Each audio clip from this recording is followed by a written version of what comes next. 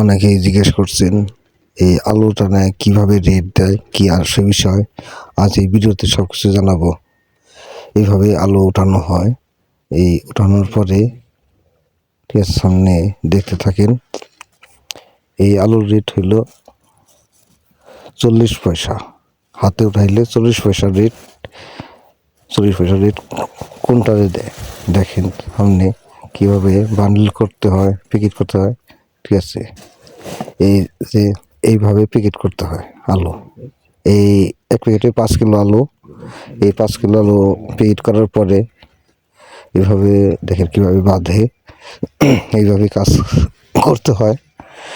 বাঁধার পরে যখন আপনার বাঁধা শেষ হয়ে যাব তখন আপনার কয়টা হয়েছে আর এরপরে এই গাড়ির লোড দিতে হয়। এই গাড়িতে ভরার পরে যত কিস রোদ দিব অত পয়সা।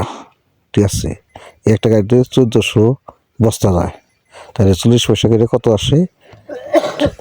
এইভাবেই আমাদের এই কন্ট্রাক্টের কাজের রেট দেয়। ঠিক আছে, যদি কারো ভালো লাগে তাহলে লাইক কমেন্ট শেয়ার করে পাশে থাকবেন এবং আপনার কমেন্ট বক্সে নাম্বারটা দিয়ে যাবেন।